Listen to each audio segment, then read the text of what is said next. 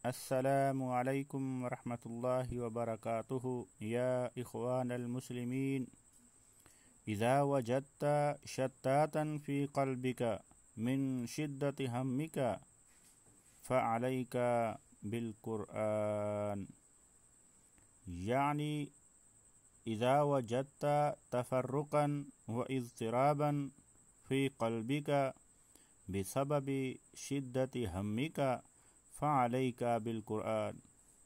عندما تشعر بالقلق أو الحزن أو تشتت الأفكار فالقرآن هو ملجأك للسكينة والطمأنينة، لأنه كلام الله الذي يشرح الصدر ويزيل الهموم، كما قال الله تعالى: وننزل من القرآن ما هو شفاء ورحمة للمؤمنين، وكما قال الله تعالى: الذين آمنوا وتطمئن قلوبهم ألا